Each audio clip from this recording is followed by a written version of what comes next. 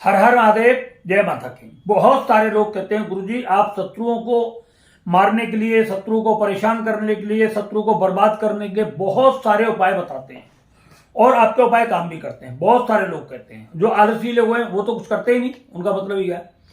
मगर आपने कभी विचार किया हम शत्रुओं पर इस तरीके का प्रहार क्यों करते हैं? आपको मालूम है? कुछ नहीं मालूम। आज हम आपके इस भ्रम को भी तोड़ देते हैं। आप शत्रु किसे समझते हो? जिससे आपका झगड़ा हो जाता है वो आपका शत्रु है। जो आपको लड़ाई झगड़ा करके गाली गलौज देता है, मारपीट कर देता है, वो आपका शत्रु है? नहीं, वो तो शत्रु नॉर्मली सबके चलते रहते होते थे। मगर आप जिस बीमारी से जूझ रहे हो वो किसी शत्रु से कम नहीं है, जो आपका पीछा नहीं छोड़ रहे। आप धन के अभाव से जूझ रहे हो, एक एक पैसे के लिए आप तरस रहे हो, वो किसी शत्रु से कम नहीं। शत्रु आपको इतना बर्बाद नहीं कर सकता जितना आपको रोग बर्बाद कर सकता है। शत्रु आपको इतना बर्बाद नहीं कर सकता जितना आपको निर्धनता बर्बाद कर सकती है। आपके घर में एक पैसा ना हो खाने के लिए, अन्न का दाना, तो आपको क्या लगेगा? शत्रु आपको क्या मारेगा? उससे पहले तो बाप वैसे ही मर जाएंगे। आपका काम धंधा व्यापार नहीं चल रहा है, यह भी किसी शत्रु से कम नहीं है। आपका समाज में मान और सम्मान कहीं पर भी नहीं है, यह भी किसी शत्रु से कम नहीं है। आपके अंदर जो बुराइयां भरी पड़ी हैं, बहुत ज्यादा बुराइयां भरी पड़ी हैं, अकारण में आपके अंदर ईर्ष्या, देश, नफरत, किसी से दूसरों के प्रति जलन, यह भी किसी दुश्मन से कम नहीं है आपके अंदर। तो जब हम आपको कोई पाठ बताते हैं, कोई पूजा बताते हैं, तो आपके सबसे पहले उससे अंतःकरण की शुद्धि होती है।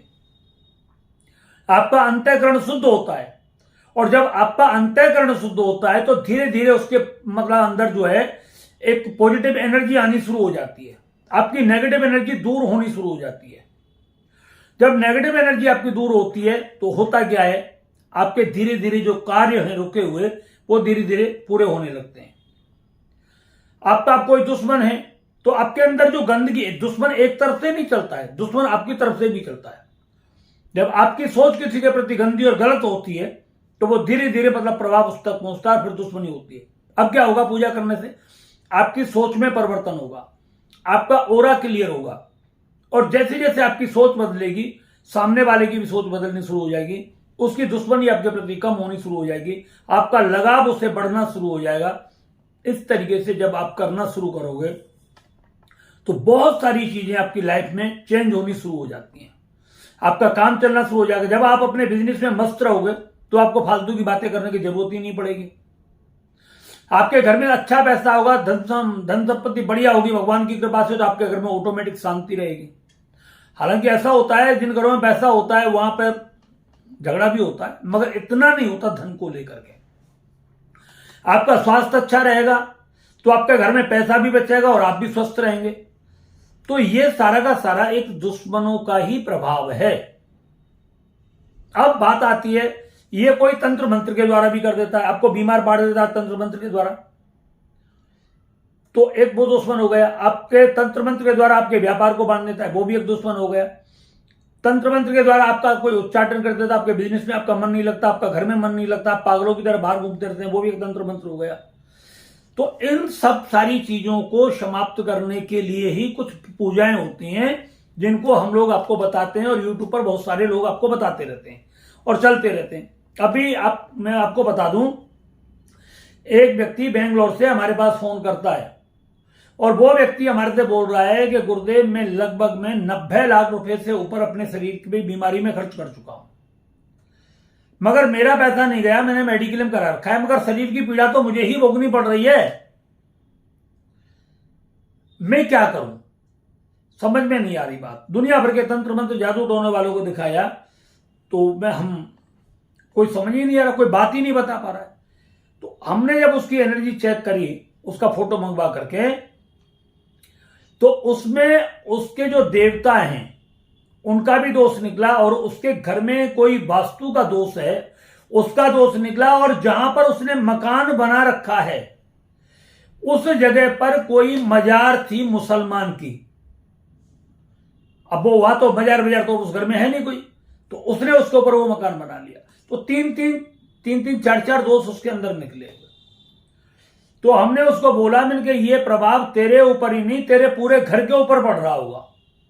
बोले बिल्कुल आपने 100% सच बात कही है। ये घर में मैं तो लंबे समय से बीमार हूं, मगर सब बीमार ही रहते हैं।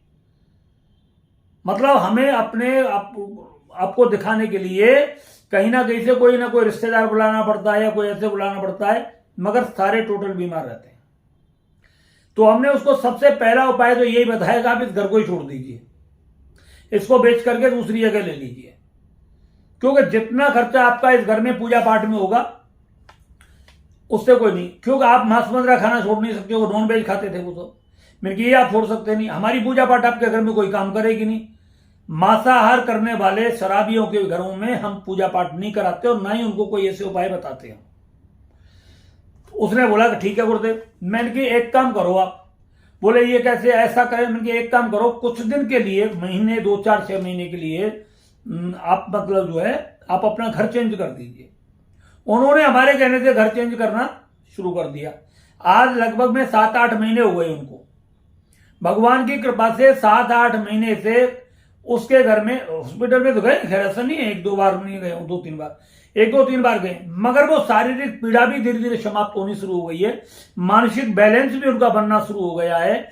जो परेशानी उनको बहुत ज्यादा होती थी, गंदे गंदे बुरे बुरे स्वप्न दिखाई देते थे, वहां पर कोई घोड़े पे, कोई हाथी पे, कोई गधे पर बैठ करके आ रहा है, वो सब दिखने बंद हो गए। और वो काफी लगभग में 75% अपने आप को एक बेटर महसूस कर रहे हैं। तो ये सब सारी चीजें मतलब हमारे उसमें आती हैं। तो हम कोई भी आपको जो पूजा बताते हैं उनका सबका प्रभाव आपकी एनर्जी को शुद्ध करने के लिए होता है। और जब आपकी एनर्जी शुद्ध होती है तो आपके दुश्मन भी धीरे धीरे शुद्ध होने शुरू हो जाते हैं, उनके विचार भी बदलने लगने शुरू हो जाते हैं। इसके बाद भी अगर दुश्मन नहीं बदलता है तो फिर आपका ओरा इतना स्ट्रांग हो जाता है कि आप जिस व्यक्ति के लिए कोई पूजा पाठ विशेष कर रहे हो, फिर हम बोलते हैं ना कि रखो साले का सामने फोटो उसका और करो इस मंत्र का जाप, फिर देखते हैं क्या होगा। तो वो फिर अलग अलग हमारी तरीके विधियां होती हैं, वो हम आपको बताते हैं कि करना। जब दुश्मन अपनी चरम सीमा को लांघ जाए और आपको लगे कि अब बचने का कोई साधन नहीं है, फिर हम आपको ब्रह्मास्त्र बताते हैं, अब करो इसका प्रयोग। आप अब देखिए, आपको तब पता लगेगा कि मंत्रों की ताकत कितनी होती है। तो फिर हम ये सब आपको बताते हैं। तो इसी तरीके से ये जो मंत्र हमारे काम करते हैं, ये आपके ओरा को शुद्ध करते हैं, आपकी एनर्जी को शुद्ध करते हैं, आपके विचारों में परिवर्तन करते हैं। और जब धीरे धीरे जब आपका अंतःकरण शुद्ध होने लगता है तो बहुत सारी चीजें आपको बहुत अच्छी अच्छी मिलनी शुरू हो जाती है। तो इसी के ऊपर आज हम बात कर रहे हैं खड़गमाला मंत्र की। एक हमारा खड़गमाला मंत्र है, ये एक बार नहीं सैकड़ों बार आजमाइश किया गया है, प्रैक्टिकल किया गया है लाइफ में, चाहे जब प्रैक्टिकल करते हैं हम इसका। मगर एक बात ध्यान रखना, हम किसी का बुरा नहीं करते। ईश्वर की कृपा से आज तक ना तो मेरे पिताजी ने किसी का बुरा किया है और ना मेरे दादाजी ने, इतना मुझे पता है मेरे घर में, क्योंकि मैं उनके सामने रहा हूं। और ना बुरा करना तो दूर की बात है, कभी बुरा सोचा भी नहीं है। और वही सेम हमारी आदत है। हम अपने ऊपर कितना भी परेशानी भोग लेंगे, कष्ट भोग लेंगे, कुछ भी कर लेंगे, तो मगर हम किसी का बुरा नहीं करेंगे। मगर एक बात हम जरूर बोल देते हैं सबसे, कि हमारा दुश्मन ज्यादा दिन नहीं जीता। हमारा दुश्मन ज्यादा दिन, हद से हद, ज्यादा से ज्यादा 3 महीने, बस 3 महीने में अगर वो हमसे दुश्मन या कारण करेगा या परेशान रहेगा तो उसकी पूरे खानदान की बर्बादी है। अकेला नहीं मरेगा, वो बच्चों समेत मरेगा साला। बिल्कुल क्लियर कट और कड़वा बोलते हैं। क्यों? कि हमने अपने जीवन में आज तक कभी किसी का बुरा करना नहीं, स्वप्न में भी नहीं सोचा है। और जब आपका अंतःकरण इतना मजबूत और शुद्ध होता है ना, तो फिर आपकी रक्षा पूरी परमात्मा करता है, इस बात को ध्यान रखना। मगर 1% भी आप कहीं गलत होते हो, आप कहीं किसी के प्रति गलत सोच रहे हो, तो फिर आपकी परमात्मा कभी मदद नहीं करता। मैं उन सभी लोगों से हाथ जोड़कर यही प्रार्थना करता हूं कि आप अगर हमारी कोई भी पूजा पाठ करते हैं तो 100% शुद्ध विचारों से करें। परमात्मा से यह कह करके कहें, हे ईश्वर, इस धरती पर मेरा कोई भी शत्रु है, चाहे उसने जान करके मेरे साथ बुरा किया हो या अनजान में बुरा किया हो, मैं सबको माफ करता हूं। और सबको माफ करके मैं ये प्रार्थना करता हूं, अगर इसके बाद भी कोई मेरे से दुश्मनी रखता है तो उसके लिए आपको जो भी उचित दंड मिले उस व्यक्ति को आप दें। बस अपनी तरफ से इस चीज को छोड़ दें। आप देखोगे, आप जो भी पूजा करोगे 100% आपकी पूजा सफल होगी। अब आप भी गलत हो और सामने वाला भी गलत है, तो फिर तो बराबर की लड़ाई हो गई ना। तो इसी तरीके से जब संकल्प किसी पूजा का लिया जाता है तो संकल्प में आप यही बोलें, हमेशा हाथ में थोड़ा पानी, जल, पुष्प और चावल वगैरह ये दान दक्षिणा रखे, यही कहें कि हे भगवती, हे मातेश्वरी, हे पीताम्बरा, हे कालका माई, हे तारापीठ, तारा माता, या आप जिसको भी, हे विष्णु भगवान, हे शंकर भगवान, हे लक्ष्मी माता, मेरे जीवन में जो भी परेशानियां हैं, चाहे किसी ज्ञात अज्ञात शत्रु के द्वारा हैं, चाहे जिसे मैं जानता हूं या नहीं जानता हूं, मैं ये पूजा उन संपूर्ण अपनी मुसीबत विपत्तियों का नाश करने के लिए कर रहा हूं। इसका प्रभाव सीधा का सीधा मेरे आभा मंडल पर पड़े, मेरी ऊर्जा पर पड़े, और इसका प्रभाव पूरे विश्व ब्रह्मांड में पड़े, जो कि मेरी आभा को विकसित करे और मेरा साम्राज्य में एक ओरा पूरे तरीके से विकसित हो जाए। मगर मैं किसी का बुरा नहीं चाहता। अगर फिर भी कोई मेरे साथ बुरा करता हो तो आप उसे उचित दंड दें, ये ना कि उसको मार दें, काट दें, फोड़ दें, तोड़ दें, ये नहीं बोलना है, क्योंकि इससे आपकी शक्ति नष्ट हो जाती है। उचित दंड पे वो परमात्मा उसकी बुद्धि भी सुधार सकता है, उसको ठीक भी कर सकता है, उससे आपकी मित्रता भी करा सकता है, वो आपके सामने झुक भी सकता है, कुछ भी कर सकता है। ये दंड विधान ही होता है। आप इसको दंड विधान मत समझना, उसका एक्सीडेंट हो गया, वो उसके घर में कोई मर गया, फलाना हो गया, ठीक है, नहीं। जो व्यक्ति आपसे सख्त शत्रुता रखता हो और शत्रुता रखने के बाद में और आपने पूजा शुरू करी और वो आकर के आपके पास आ गया, भैया नमस्ते, राधे राधे भैया, और कैसे हो, तो ये भी भगवती की कृपा है, ये भी आपके उस सृष्टि की कृपा है जिसकी आप साधना कर रहे हो। इस चीज को ध्यान रखना। अगर दुश्मन का विचार आपके प्रति अच्छा बदलना शुरू हो जाए तो समझ लीजिए कि ये भगवती की कृपा, आपकी पूजा पाठ ही काम कर रही है। उसका एक्सीडेंट होने से कोई मतलब नहीं है, उसका कोई बहुत बड़ा नुकसान हो जाए उससे कोई मतलब नहीं है, वो कोई बहुत भयंकर बीमार पड़ जाए उससे कोई मतलब नहीं है। और ऐसा बहुत कम होता है, ये रेयर ही केस में होता है, जब आपको कोई ऐसी बहुत भयंकर किसी ने पीड़ा देती हो तब ऐसा होता है कि किसी का मरना, एक्सीडेंट होना, बीमार पड़ना, तब होता है। मगर ज्यादातर शत्रु सुधर जाता है और आपके अनुकूल हो जाता है, वो ये होता है। अब हम बात करते हैं वो ऐसा कौन सा मंत्र है। मंत्र होता है काली खड़ग माला स्तोत्र।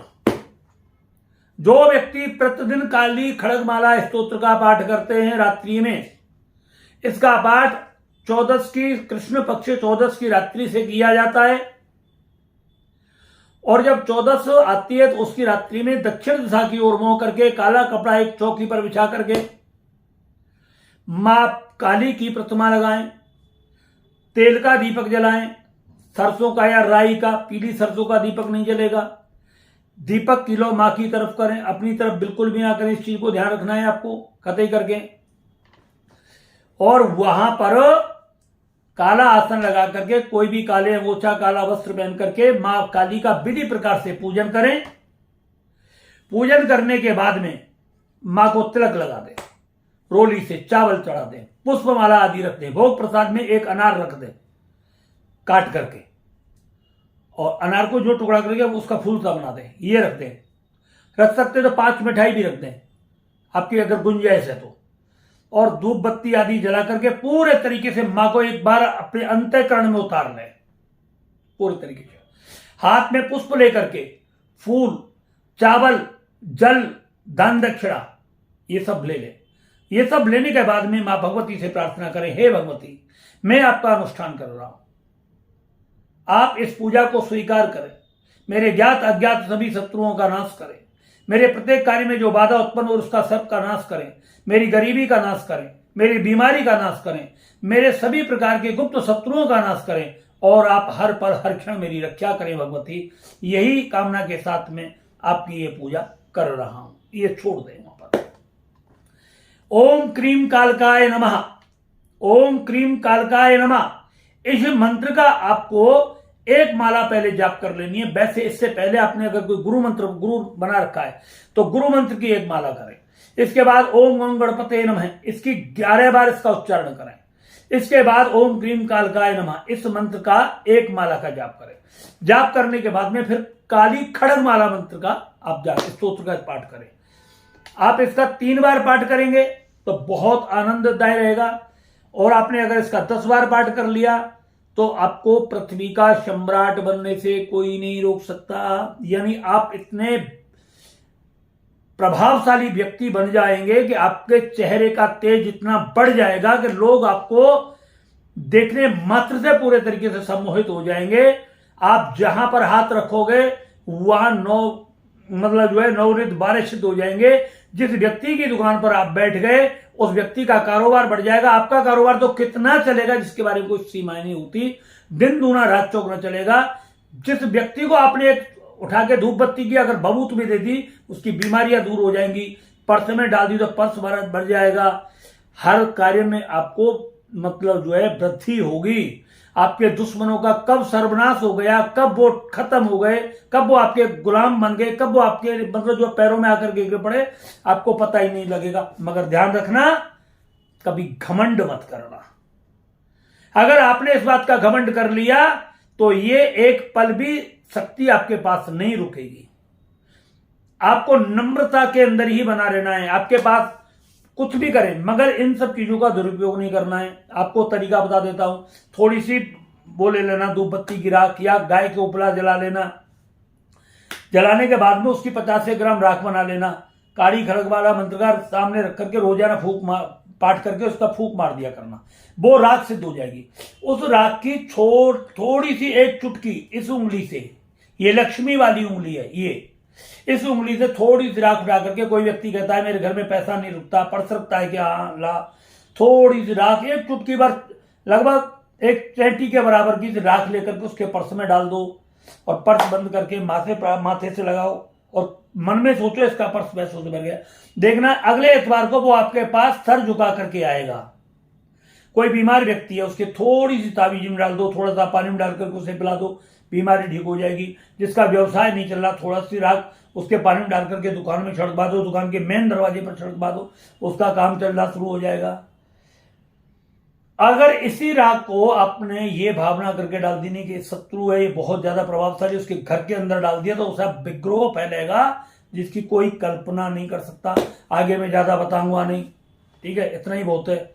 पर यह बीतेगा कितने दिन, होगा कितने दिन बाद, कम से कम इसका 108 दिन लगातार जाप करना पड़ेगा, पाठ करना पड़ेगा 10 बार लगातार प्रतिदिन। जो मैंने विधि आपको बताई है, पाठ करने का जो समय रहेगा रात्रि 10 बजे के बाद रहेगा। नियम बदलना नहीं है, कभी 12 बजे, कभी 1 बजे, कभी 9 बजे, कभी 7 बजे, कभी 8 बजे। 10 बजे बैठना है तो पूजा पर 10 बजे ही आपको बैठना है। इस चीज का आपको पूरा ध्यान करना है। भोग भी रोज लगाना है, प्रसाद रोज लगेगा, धूप बत्ती दीपक सभी रोज जलेंगे और फूल माला भी रोजाना ही एक चढ़ेगी। अगर आपके बस की कुछ भी नहीं है, ना माला लाना है, ना भोग लगाना है, ना धूप बत्ती जलानी है, ना कुछ भी करना है, आप कुछ भी नहीं, आप बिल्कुल बेकारी हो, बेकारी से भी नीचे हो, तो कुछ भी मत करना। दक्षिण दिशा की ओर काला आसन लेकर के आंख बंद करके बैठ जाना और फिर इस मंत्र का, इसका पाठ करना शुरू कर देना। सब कुछ आपके घर में आना शुरू हो जाएगा और सब कुछ, एक दिन ज्योत भी जलेगी, फिर धूप बत्ती जलेगी, फिर प्रसाद भी आएगा, फिर माला भी आएगी और फिर गाड़ी भी आएगी, फिर बंगला भी आएगा, फिर सब कुछ आएगा यार, सब कुछ आएगा। ठीक, अब ये आपको मैंने बता दिया। अब बहुत सारे लोग हमारे से, मैं आपको बता दूं, ये तो सब मैंने आपको पूरा समझा दिया प्रोसेस और आपको समझ में आ गया होगा, है ना। मंत्र भी लिखने वाली बात नहीं है। अब काली खड़ग माला स्तोत्र हम डिस्क्रिप्शन में नहीं डाल सकते, बहुत लंबा होता है वो, फिर हमारा डिस्क्रिप्शन बढ़ जाता है, इसलिए आप उसको कहीं भी गूगल से सर्च कर सकते हैं, उसको पढ़ लेना, ठीक है। विधि मैंने आपको पूरी आपको बता दिया। अब बहुत सारे लोग एनर्जी चेक कराने के लिए होड़ लगी हुई है। मैं आप सभी से हाथ जोड़ करके प्रार्थना कर रहा हूं, आपको घबराने की जरूरत नहीं है। आप अपनी एनर्जी चेक करो मगर शांति से और धीरे धीरे, जल्दबाजी मत करो, ठीक है। एनर्जी चेक करने के लिए आपको अपना फोटो भेजना होता है हमारे पास में, खींच करके सेल्फी भेजनी होती है और आपको उसके बाद में 2100 रुपये हमारे पास भेजने होते हैं। फोटो के साथ ही हमारे पेटीएम करना होता है और चाहे पेटीएम करो, गूगल पे करो, फोन पे करो, जो भी आपको करना है वो कर सकते हैं। उसका स्क्रीनशॉट हमारे पास जरूर भेजना। 10 से 12 दिन आपको इंतजार करना है। आपको जो भी समस्या है थोड़ा बहुत उसके बारे में लिख दीजिए कि आपको क्या समस्या है। इसके बाद आपकी एनर्जी में जो भी आएगा, पितृ दोष, ग्रह दोष, तंत्र दोष, मंत्र दोष, जादू टोना, कुछ भी, वास्तु दोष, कोई आपके घर का कोई किसी प्रकार का कोई बंधन है, उसका वो आएगा, वो बिल्कुल क्लियर आपकी एनर्जी में आ जाएगा। आप बीमार हैं उसका पता लग जाएगा, आपके घर का क्लेश का पता लग जाएगा, आपके व्यापार के बंधन का पता लग जाएगा। और जहां आपको जिस चीज का पता नहीं लग रहा हो, जहां आप मतलब बहुत ज्यादा उसमें पड़े हुए हो कि कुछ पता ही नहीं लग रहा, तो आपको अपनी एनर्जी चेक जरूर कराना चाहिए। और आपकी एनर्जी चेक करने के बाद जो भी निकलेगा उसको हम देखेंगे। देखने के बाद में जैसा भी हमको उचित उपाय लगेगा, आप उस उपाय को करना। 100% आपके जीवन में परिवर्तन आएगा और आप हमेशा के लिए ठीक हो जाएंगे। जय श्री राम, हर हर महादेव, जय माता की।